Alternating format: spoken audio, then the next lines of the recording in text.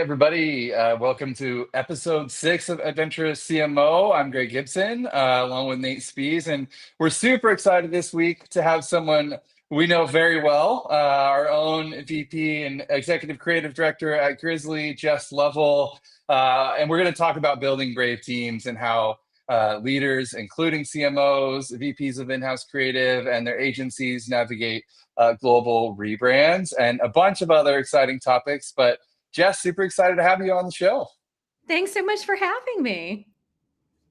Excited to dive in, but thought maybe we could chat with you about your backstory, how you arrived here, Yeah, how you've grown through your career in leading brands. absolutely. So my background is working in big agencies. I'm a former Vayner media creative, creating big brand campaigns. I have to admit, I've sold a lot of candy to kids in my past experiences.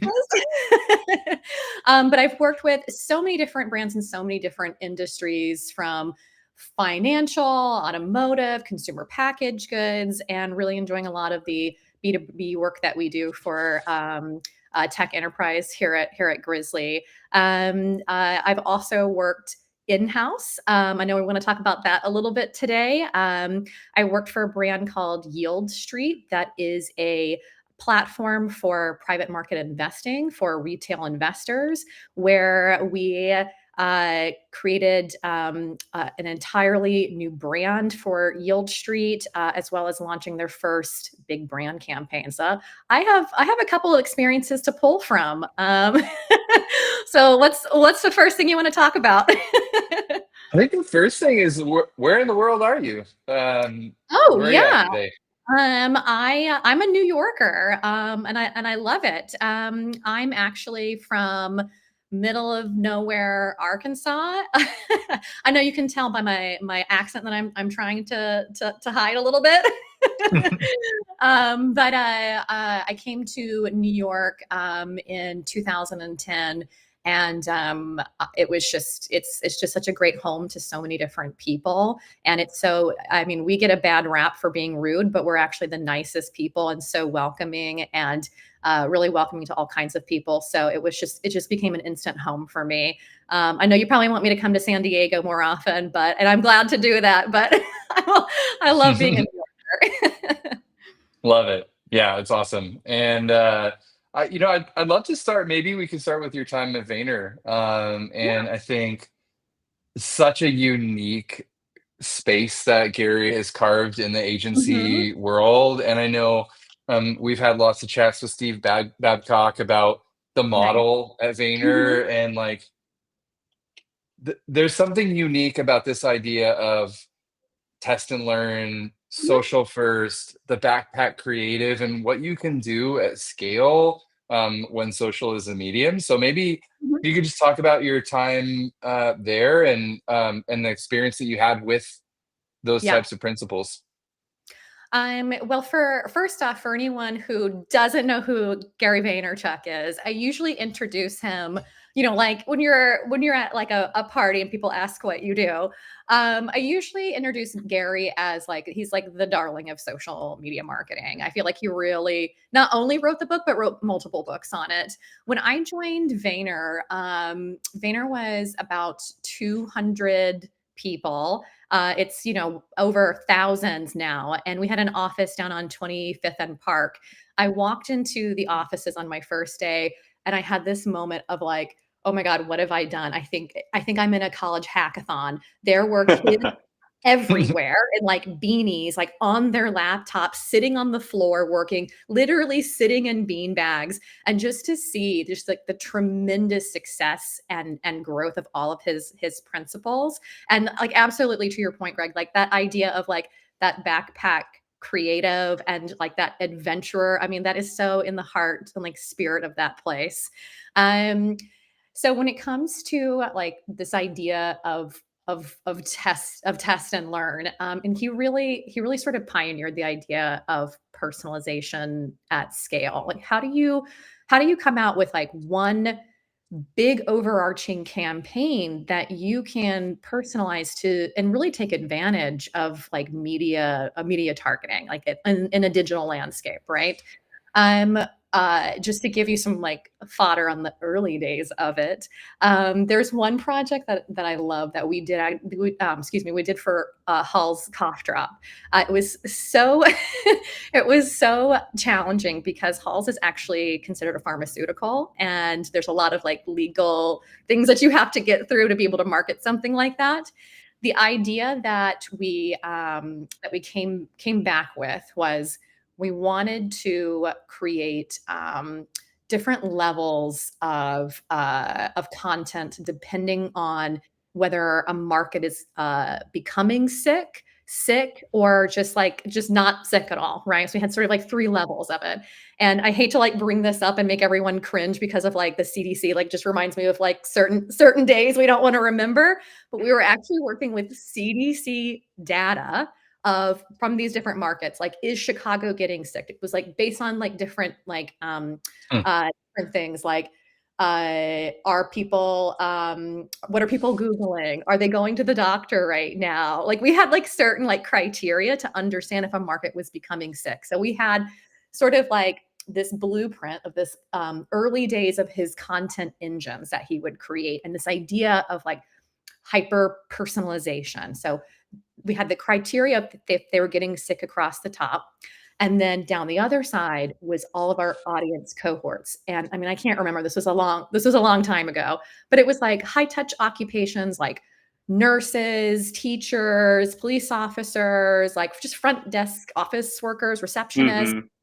We every single week, me and the copywriter would sit down and like a day-long brainstorm and come up with like 50 new posts we put paid behind to target each of these individuals based on how sick we thought they might be. So are we coming out with like a preemptive, like don't get sick message, do this?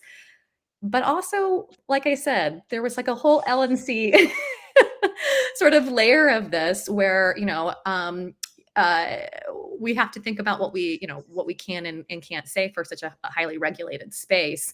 I do remember that there were a couple points where we were kind of banging our heads against the wall of like, okay, how, Gary, you have tasked us with coming up with how to convince hikers to bring Hall's cough drops, but I can't say a whole lot about what Halls can do for you.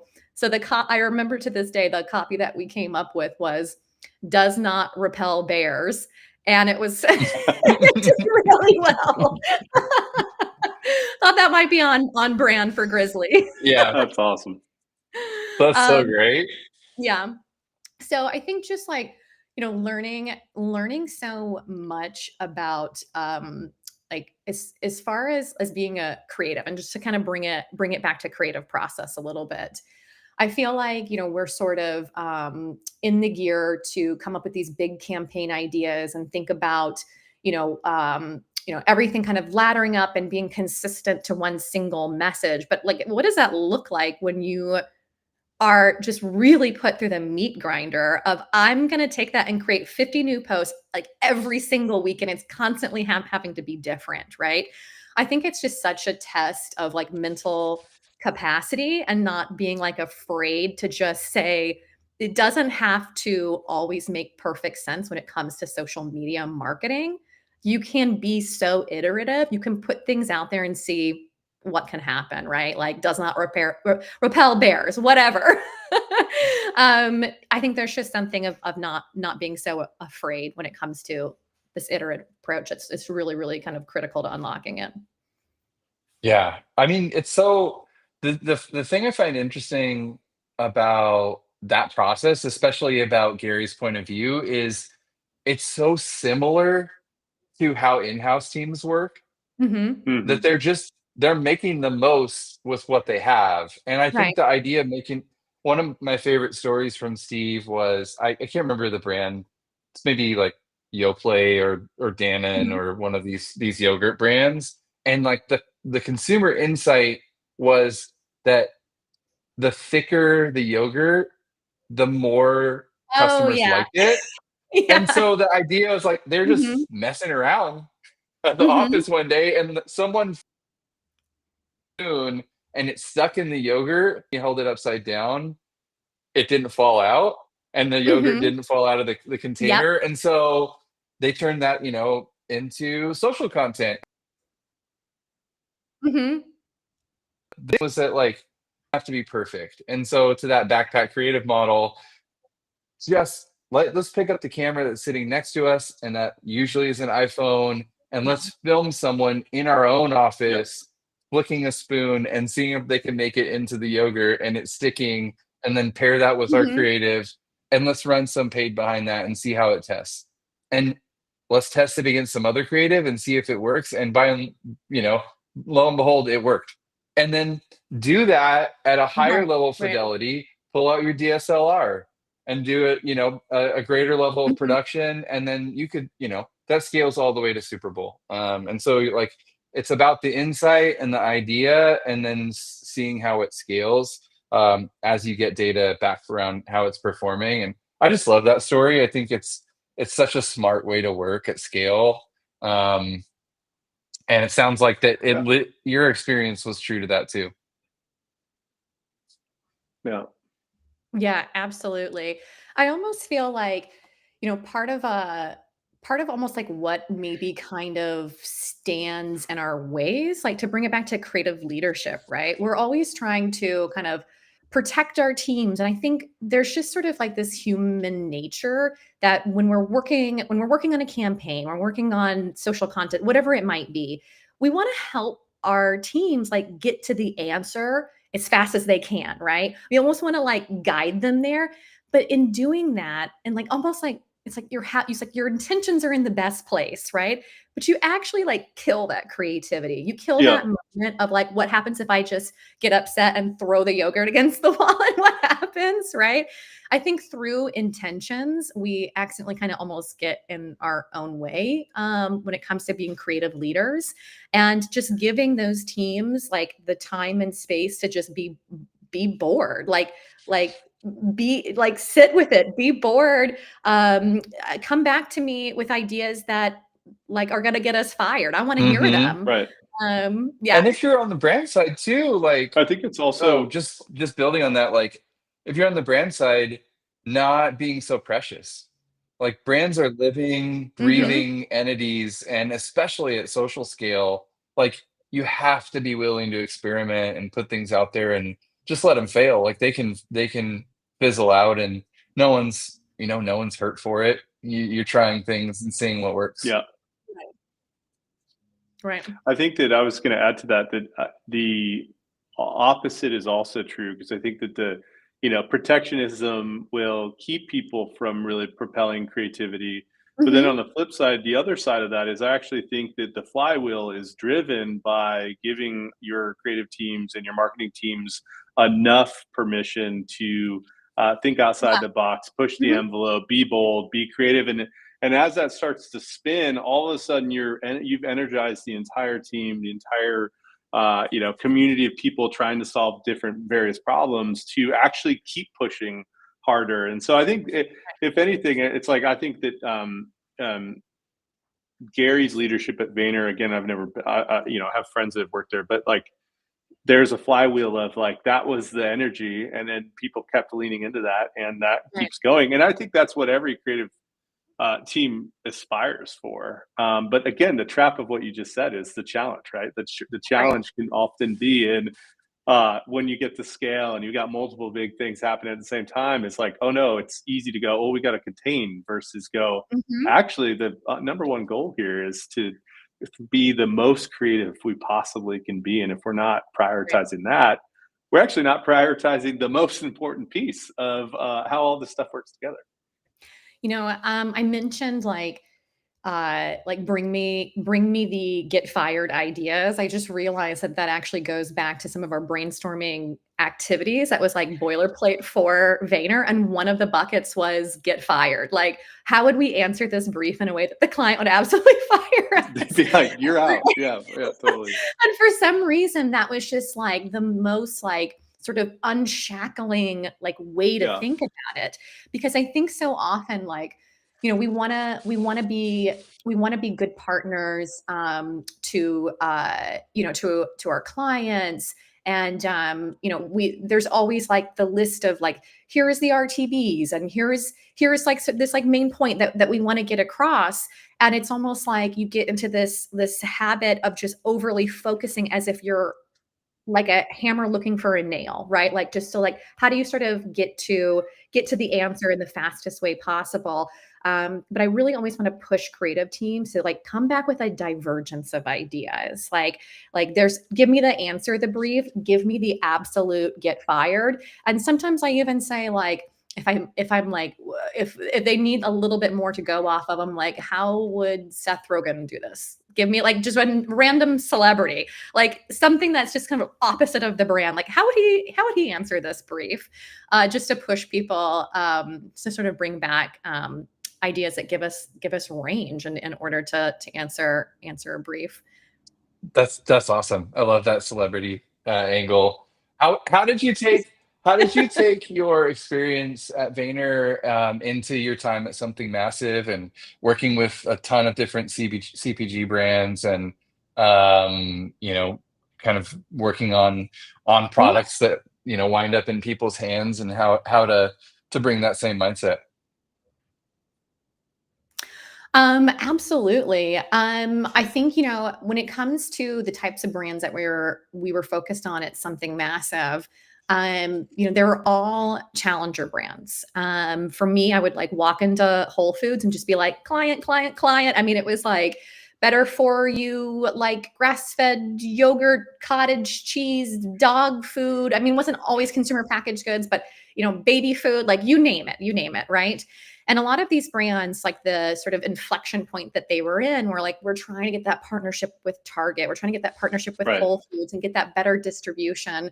And they didn't have huge budgets, or the budget that they had was like, I mean, that was like monumental for them. And so I think that, thinking about sort of like that personalization or that iterativeness and that willing to sort of take chances, like how did that sort of like, how do we bring that to these challenger brands that had challenging budgets? I mean, a lot of it was, how do we maximize our creative dollars? Like, how can we get into the studio and have time to execute on X, Y, and Z, but have time to experiment, to riff, to ad lib, to see what happens when we throw the product up or whatever it is. So it was like limiting the space in which we were executing so that we had time to do experiment, right? And you don't always have to have like the dialogue driven script that goes across 3 different locations. Like you don't always need that to make a great brand. So I think, just really, really kind of narrowing in on that backpack creative, limiting production costs, and just really focusing on like what the exercise was at hand. Yeah, it's interesting. So, I mean, our official incorporated name is Made by Grizzly, and I believe, like, I've always believed that, like, kind of we are what we make, right? And if you can Mhm. create more space for making, more space in the process, more space in the budget, um, you're going to be able to create a ton of value. I think we always Mhm. advocate for making as much as we can with as much as we have, and I think um, Mhm. it's interesting that you had such formative experiences on the agency side that you were then able to implement Mhm. those at Yield Street. Talk about first the transition of like going from agency to client side, and what were the eye-opening things that you were just like, wait, did I make the right decision? Am I am I making the right place? What was it like just making that transition? All right. Well, first off, Greg, your preconceived notions that the agency side is better. I feel like I'm feeling that right No, now. no, That's the just it's a choice that a lot of people make in their careers, whether it's one way or the other. Yeah. Just what did you experience?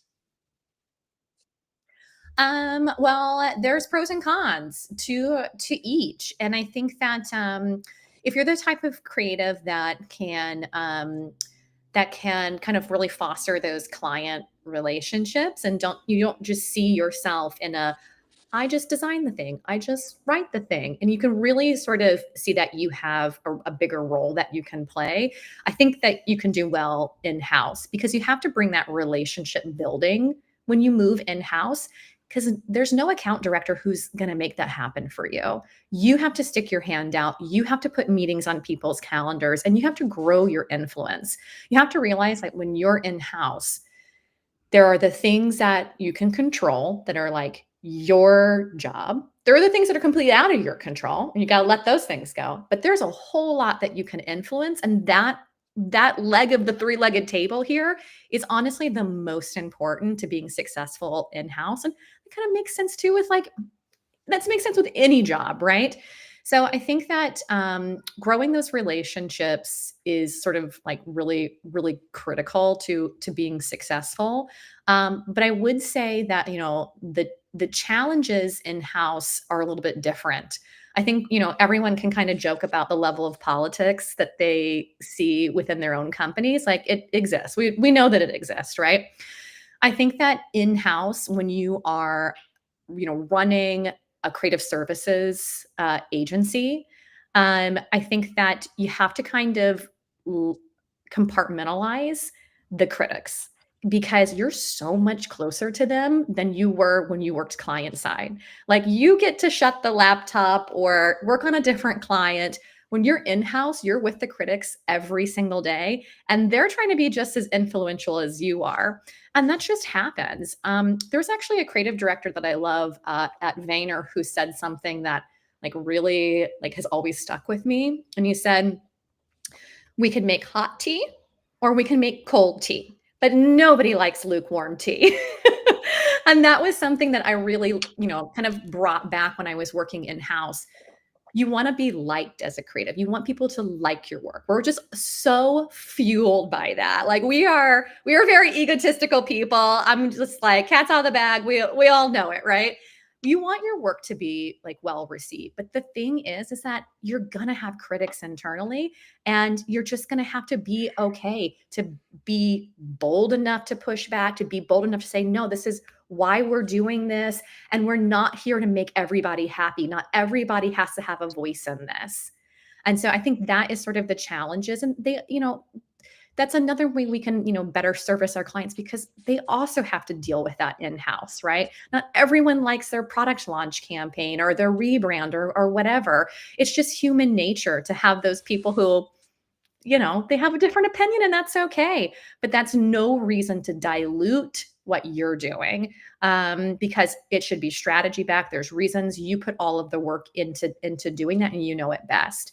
So I think, you know, for those creatives that are moving in-house, or even for just like the empathy in which we understand our own clients, they're dealing with those critics every day, and it's hard to get away from them. And it's hard not to like let it wear you down a little bit. But yeah, I mean, there's, you know, just, I always reminded myself, nobody likes lukewarm tea, and that's not what we're after here. I love that analogy. I mean, I think that happens, and we've seen it both within the relationships that we've obviously worked in for more than a decade. But like beyond that, I think we also see that the tension of that often is when you do try to appease everybody. Mm-hmm. Often what happens is what we talked about earlier. Everyone starts to play safe, and everyone starts to play smaller, and then the output and vision. And it's really hard to deliver on vision when everything gets smaller and smaller and smaller, right? Because people are trying to protect themselves or protect, you know, their idea, whatever it might look like. And I think that that's something that I think is so hard, which is a lot of where we came to the table with Grizzly and wanting brands to be forces of nature and wanting people to be bold and brave in how they showed up. But it gets highly complex. I worked client side for 7.5 years before working in the agency space, and it's very difficult because it is highly. The larger the organization, the more complexity exists on that front, which can be really difficult for folks. But doesn't mean that it shouldn't be something. To your point, I think the more people you win over and the more intentional you are about building relationships internally, it has such a huge value on the long term your ability to be successful in any environment. For sure. Yeah. And so you made the transition to leading an in-house creative Yes. team, and you get tasked with Mhm. repositioning the company and leading a rebrand. Tell us about that process. Oh, Greg, I did not get tasked with that. I got there and I said, "Wait a minute, we don't have a brand." And I accidentally took it all on myself. So I think brief number one that I received was from our director of acquisition, who said, "Hey, we've been creating this video content, overseas. Realize that's not like the highest of quality sort of way to go about this, but this is what we've been doing, and we're having a lot of issues with conversion. And so, do you want to make some new videos?" Like literally, like my second day there, and I'm like, okay, let me dig in a little bit more.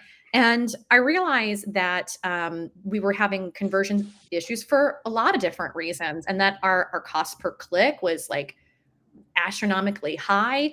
There was just no brand like creating any kind of awareness or preference to sort of create that funnel velocity to help that performance marketing be more efficient. There was no brand. So I asked, like, okay, well, what kind of messages have we put out in market? What kind of claims do we have? And ran up to a lot of more problems, because this is the financial services space. And also it's a type of investing that's like extra regulated. That's not what they call it. It's what I call extra regulated. Totally. It comes with a lot of risk.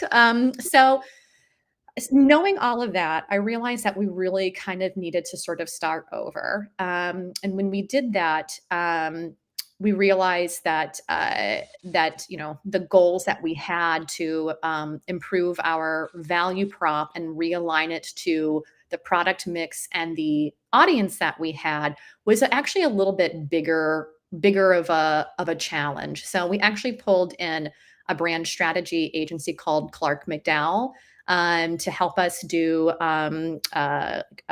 qualitative focus groups. And their process was, I mean, this is not something I could have taken on just party of like 3 at the time, just starting this creative services team. Their process was amazing. They created sort of these like provocations that they put in front of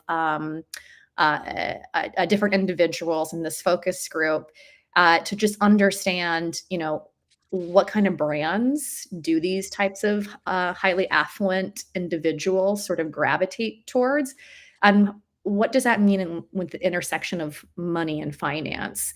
And we learned a lot, and I think it really helped us debunk some myths internally, because again, you've got a lot of different opinions on this, and they're all really smart people who have been right so many times that they're like, "I'm usually right."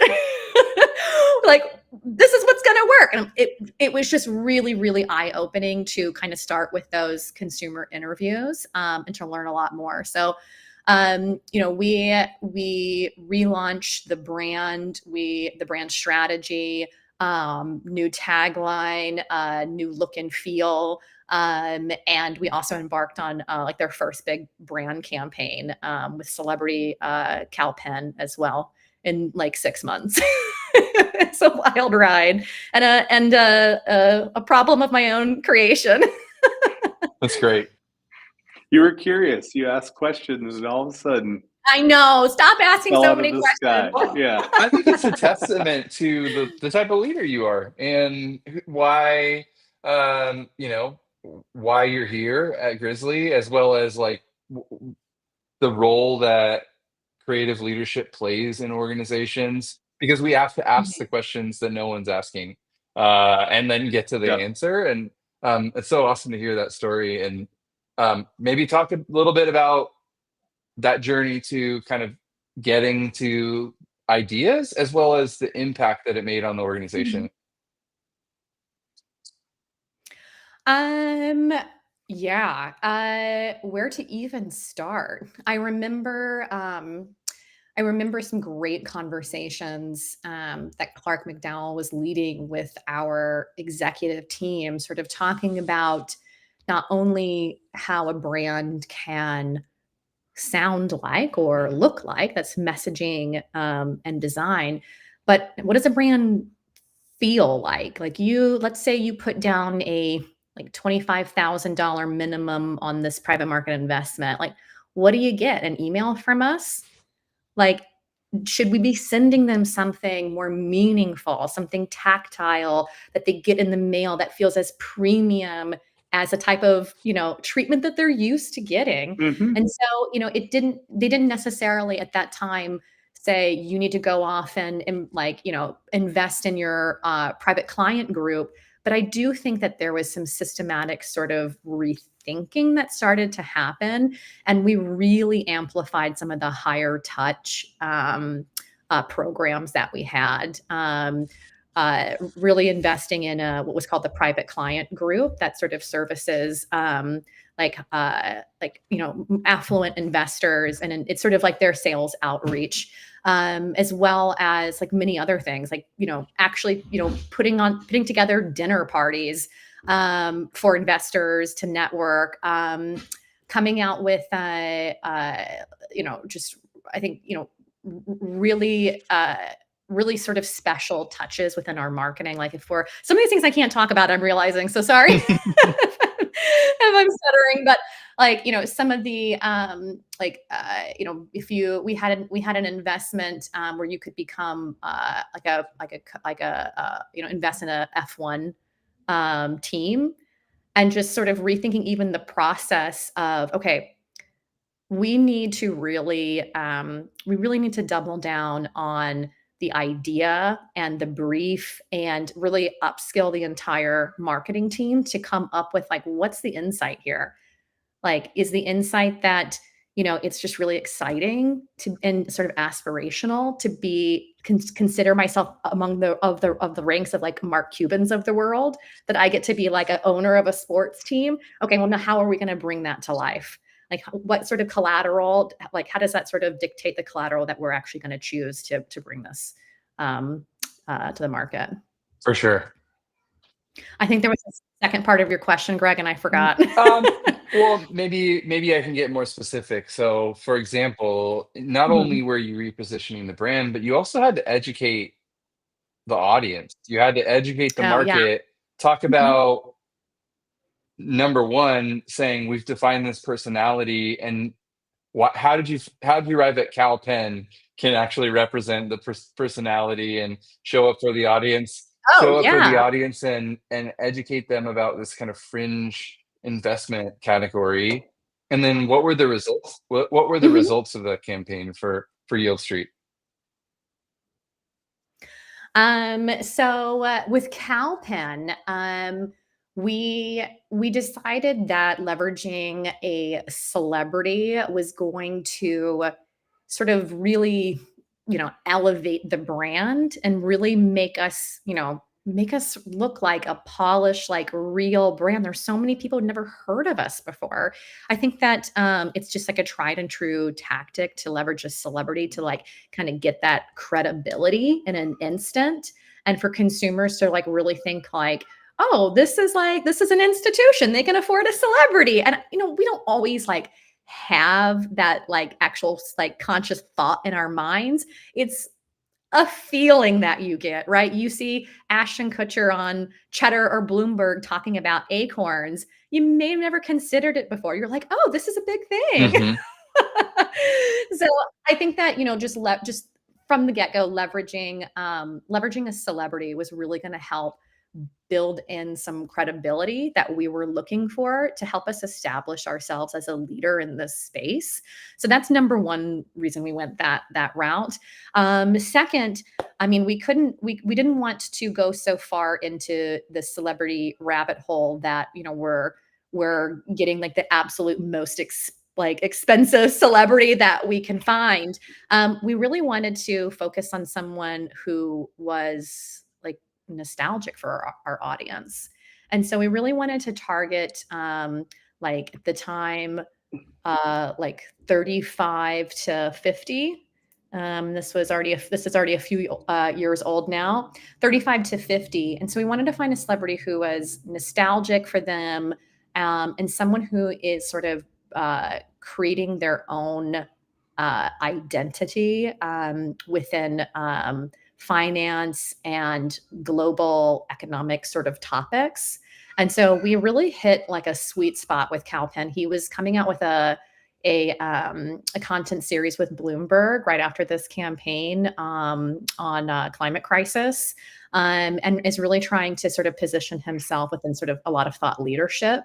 And so this was just like the right time and right moment and right person for us in many, many ways. And by the way, like he is like such a fan of Yield Street. We've had different Yield Street people like run into him on the street and be like, "You're Cal Penn, I work for you." He's like, "Oh man, I love Yield Street." He's like the nicest person. That's awesome. Yeah. So also pick yourself a nice celebrity, and that's all I'm saying. That's great. Moral of the story: pick a nice celebrity. And then anything you can say about kind of the impact of that campaign, how it started to drive traction for the brand. I mean, it was their first national broadcast campaign. So it was run on like select channels like Bloomberg and CNBC on Fox News. And so I think it really opened the door for us to realize that running either OTT or even linear was an absolute option for us. I think it just felt really off the table. And so I think that not only the uptick in search and just driving the performance marketing velocity, like we've got like, I can't remember what all the metrics are, but we've got all the metrics on that, but also just realizing the best ways to even reach our audience. Like we had felt like linear was off the table because of the being cost prohibitive, but really seeing sort of the return that we did really sort of change the ultimate media mix that they still work with today. Awesome. When you think about the parallels between that and the work that we do here at Grizzly, what has your experience been, and how do you translate that rebrand and what you learn about leading your in-house team at Yield Street and what we're delivering on a day-to-day basis for our clients? Oh yeah, actually, I had a meeting with a client earlier today who said one thing that I love. One reason I love working with Grizzly is because you can take such complex ideas and make them so simple. And a lot of our clients are like in the tech enterprise space. They have a complicated product mix. They have their innovation is, there's a lot of layers to talk about there. There's a lot of layers into the industries that they even serve, there's just a lot of complexity, right? And I think that just learning how to kind of keep it simple. I mean, it's just it's so much. It's like the hardest thing to do. I think there's like a famous like Ernest Hemingway poem that was like, I wrote you a long story because I didn't have time to write you a short one. It's like the absolute hardest thing to You're gonna have to fact check a lot of this when we get off the call. I think it might be Mark Twain. Yeah, I think you're right. It's Mark Twain. Hey, good news. Fact check. We're done. We got it. Nailed it. I love that. I was like, something didn't feel right That's about that. such a great quote.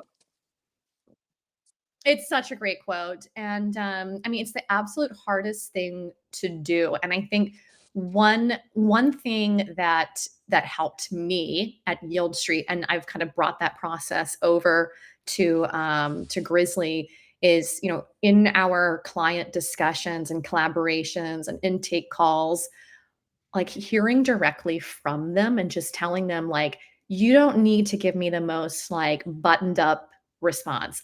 I want blurted out method. Like how you would say this to like how would you describe this to your spouse? Like in the most simple ways. those moments of just getting, like, cutting through the complexity and working together to find the simplest way to communicate, whatever it is, right, is so helpful, because you have to, you have to kind of remember at the end of the day, this, like, world that we live in is just like getting, like, the pace is just busier by the day. We are bombarded with so many things to pay attention to. So while it was hard to get people's attention, and the tactics that we used at Vayner when I was there, I think it's just gotten 10 times more competitive, in 2025. We're, like, at our, like, max capacity as human beings of what we can pay attention to. You've got to get to that point about being, about getting concise. And I think, was it our director of project management said, "Oh, Jess can opine for days about being concise." I like the duality of that. But it's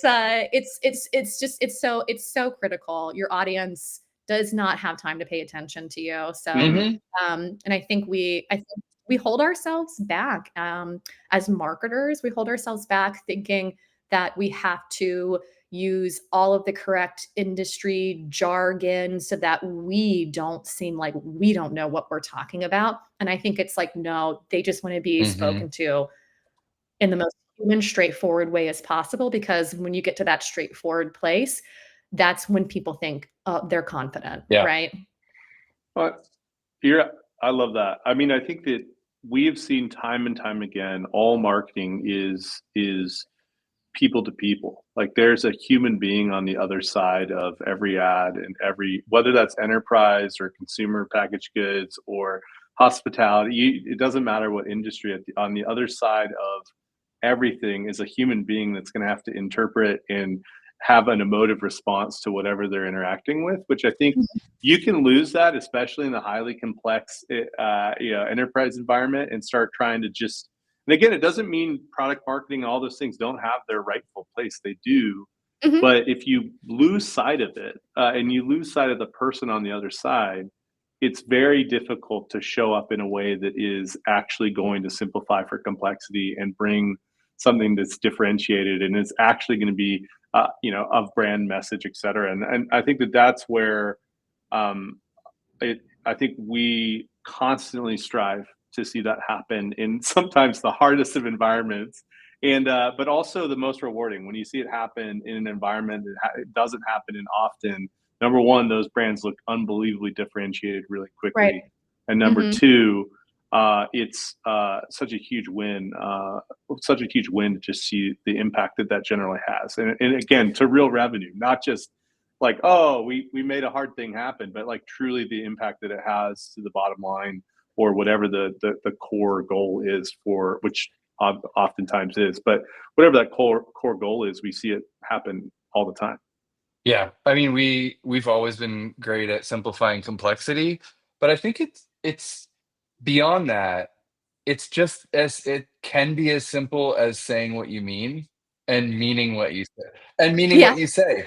If you say Right. what you mean and mean what you say, that means you're coming from a place of purpose and belief, that what you're putting in front of that person matters, and you're not clouding it with jargon or fluff.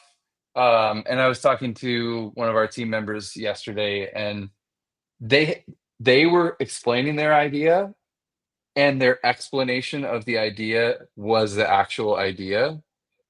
And if you strip everything away and just say what you're trying to say what you mean, I think oftentimes, because the brand is trying to navigate complexity, you can bet that the consumer on the other side is trying to navigate that same complexity with all of the different vendors or brands or, voices that they need to listen to. And if we can show up and just create value for that person and say something simple, it's 9 times out of 10, it's going to be, unexpected and received well. So, I think that's a great place to end. I think so great. Probably not the first time you all listening will hear from Jess as we record more episodes of this to the show.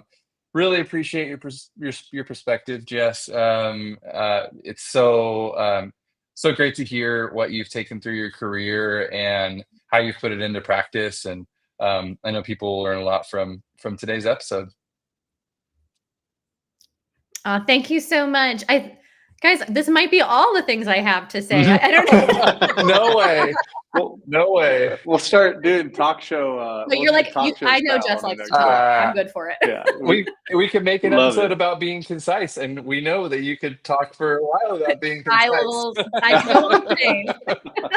Awesome. Well, thanks everybody for listening. Definitely find us on all your podcast platforms. On YouTube, subscribe, and hey, if you found something that you really loved here, share it with a friend and recommend the show. And we'll see you on the next one.